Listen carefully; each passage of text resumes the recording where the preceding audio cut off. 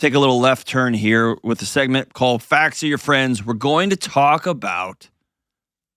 Oh, is this when you cue the Marlboro music? There we go. The Camaro, like in my jeans tucked into my boots. Just smoking Marlboro Reds, this old rock music. All right.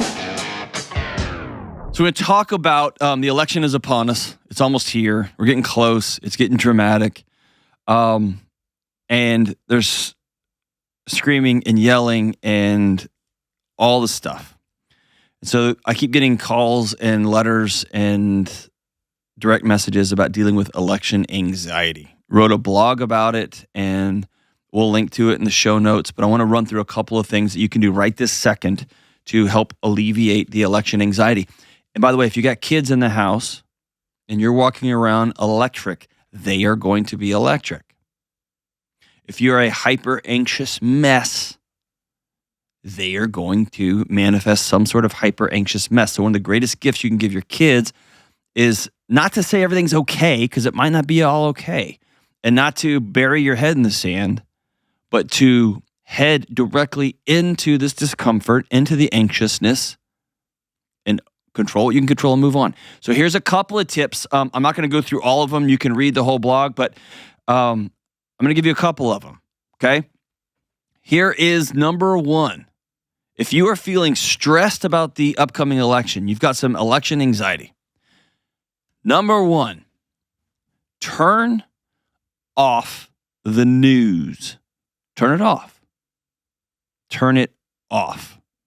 If you have already decided who you're going to vote for, turn it off. Turn it off.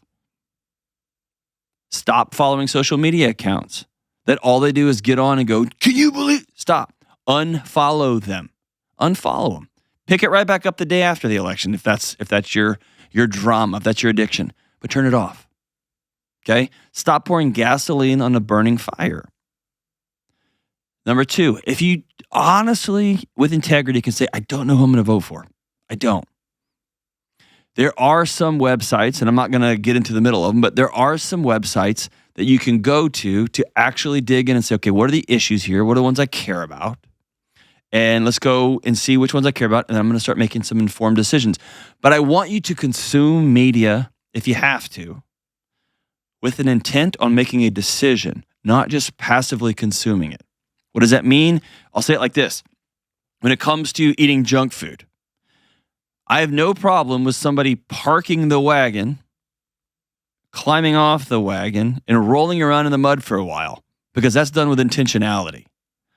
What I don't like is when people fall off the wagon, right? You hear that phrase a lot, I just fell off the wagon. If you're going to eat junk, do it with intentionality. I'm choosing. I know it's going to cost me some sleep. I know it's going to not make me feel great tomorrow, but I really want 7 pieces of cheesecake right now. Knock your lights out. 7's a lot. Probably shouldn't do that, but you know what I mean. So if you're going to consume news about the election, about what's coming up, about policies, about politics, do it with intentionality, with an idea towards making a decision, okay? Your body can only handle so much catastrophic news. It's not designed to have every nook and cranny of planet Earth pumped into your head with all the catastrophe, all the bad stuff, all the negative stuff, all of the, can you believe when so-and-so is 14? It can't handle it all. It can't handle it all. Turn it off. Turn it off. Number two, this is going to sound a little bit counterintuitive. But number two, I want you to get involved as you can locally. I think we all go bonkers around presidential season because our bodies know at the end of the day we get one vote. There are millions and millions and millions and millions of votes cast, and we get one. We get one. And that one vote is more than just like, oh, it doesn't matter. It's just one out of millions. It means something. It means I'm participating. So your vote does count. It does matter. Every single one does count. It does matter. But then what? You do your one vote, where you can actually, on a day-by-day, minute-by-minute basis, make a difference, is not by following and reposting. That doesn't do anything. It just makes the angry group who's already angry, angrier.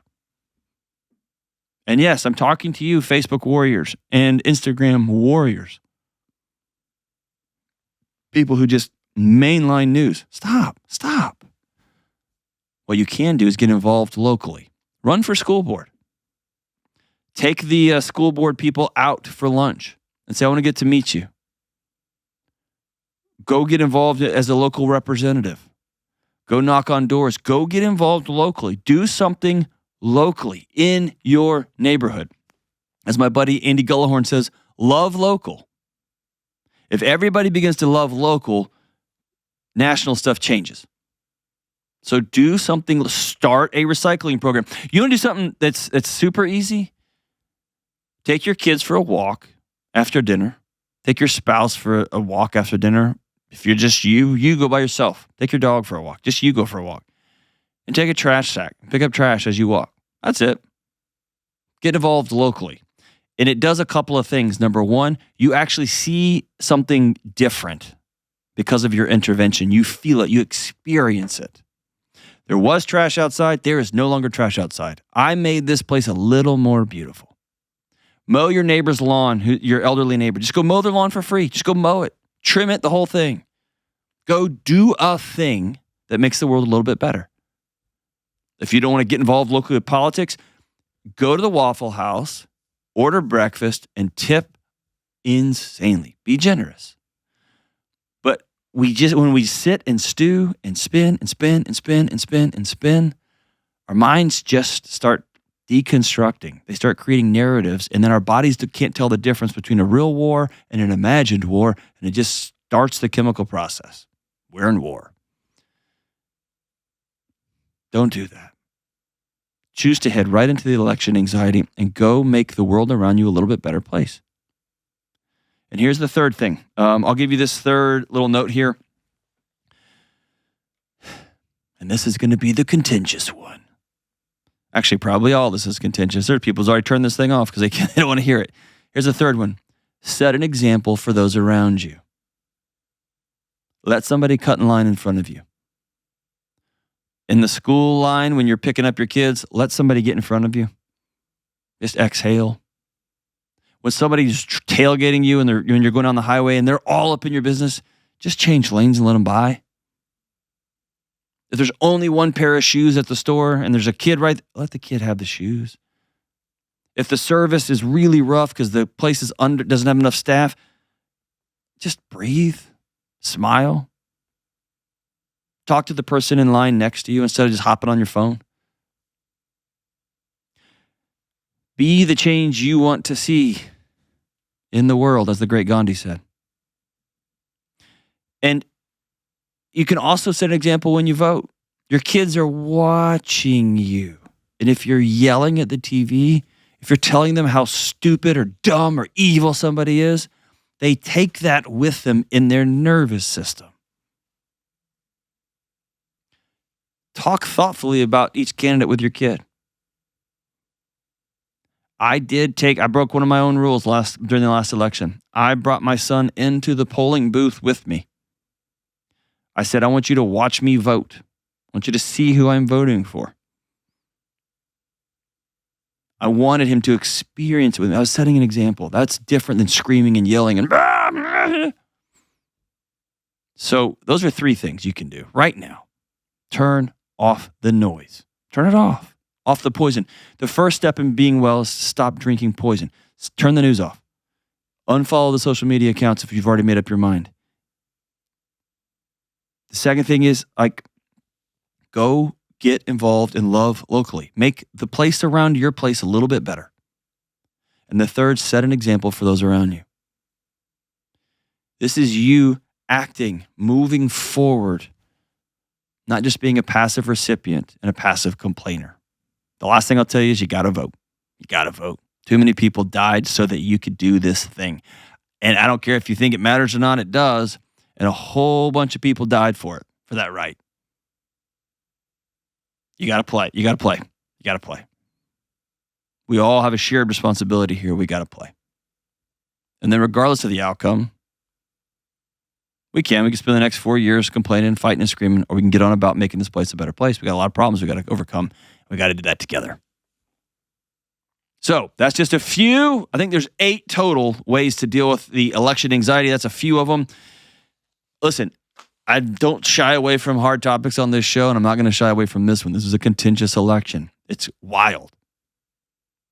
It's a wild season so far.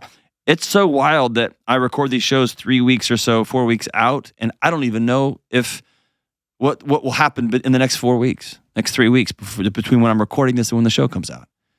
But here's what I know. I know sitting around and stewing about it and absorbing it and scrolling it will not help a thing. Taking action, making the world around you a little bit better place, having some more humanity, 1,000% will. You get to choose. I'm choosing a non-anxious life.